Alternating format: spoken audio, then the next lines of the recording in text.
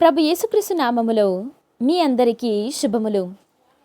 ఆగమన కాలపు మొదటి బుధవారము. ప్రభువైన దేవుడు తనతో ఆనందించుటకు మనలను ఆహ్వానించెను. ఆయన ఎల్లరి కన్నీళ్లను తుడిచివేయును. మొదటి పట్టణము యెషయా గ్రంథము 25వ అధ్యాయము 6వ వచనము నుండి 10వ వచనం వరకు.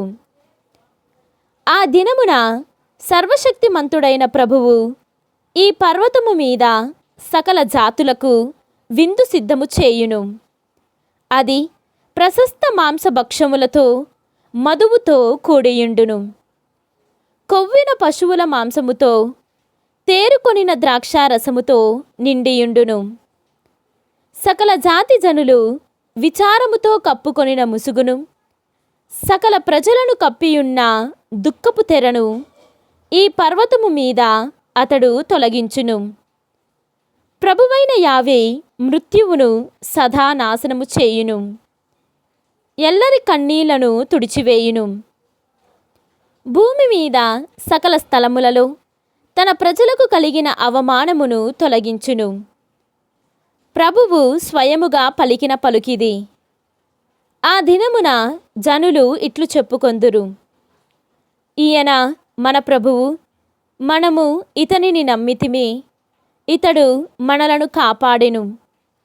ఆయన ప్రభువు, మనమితనిని విశ్వసించితిమి, ఈయన మనలను రక్షించెను, కనుక మనము ప్రమోదము చెందుదము. ప్రభువు ఈ కొండను కాపాడును, కాని మోవాబును మాత్రము ఎరువు దిబ్బలో చెత్తను వలె త్రొక్కివేయును. ఇది ప్రభువాక్కు. సర్వేశ్వరునికి వందనములు. భక్తి కీర్తన. నేను జీవించిన నాళ్ళు ప్రభువు మందిరమున వసింతును. ఈనాటి సువిశేషము పునీత మత్తయి గారు వ్రాసిన సువిశేషము 15వ అధ్యాయము 29వ వచనము నుండి 37వ వచనము వరకు. యేసు అక్కడ నుండి గలిలయ సముద్ర తీరమునకు వచ్చి కొండపైకి ఎక్కి కూర్చుండెను. అప్పుడు జనులు గుంపులు గుంపులుగా వచ్చి కుంటివారిని, వికలాంగులను, గ్రుడ్డివారిని, మూగవారిని మరియు రోగులనేకులను తీసుకొని వచ్చి ఆయన పాద సన్నిధికి చేర్చగా ఆయన వారిని స్వస్థపరచెను.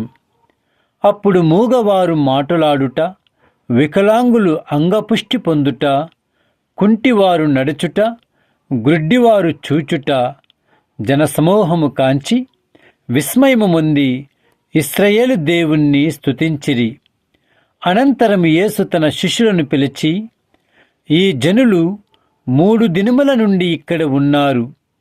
వీరికి తినుటకు ఏమీ లేదు. వీరిని చూడ నాకు జాలి కలుగుచున్నది.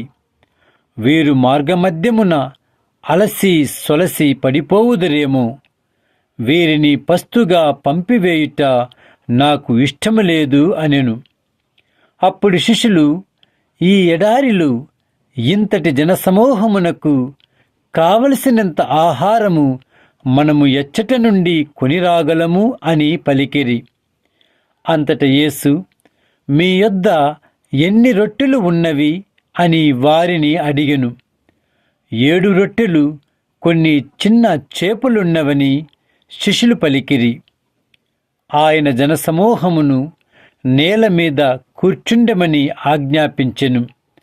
పిమ్మట ఆయన ఆ 7 రొట్టెలను, చేపలను తీసుకొని ధన్యవాదములు అర్పించి త్రుంచి తన శిష్యులకియ్యగా వారు ఆ జనసమూహమునకు పంచిపెట్టిరి. వారు అందరూ భుజించి సంతృప్తి చెందిరి. పిమ్మట మిగిలిన ముక్కలను 7 గంపల నిండా ఎత్తిరి. ఇది క్రీస్తు సువిశేషము. క్రీస్తువా మీకు స్తుతి కలుగునుగాక.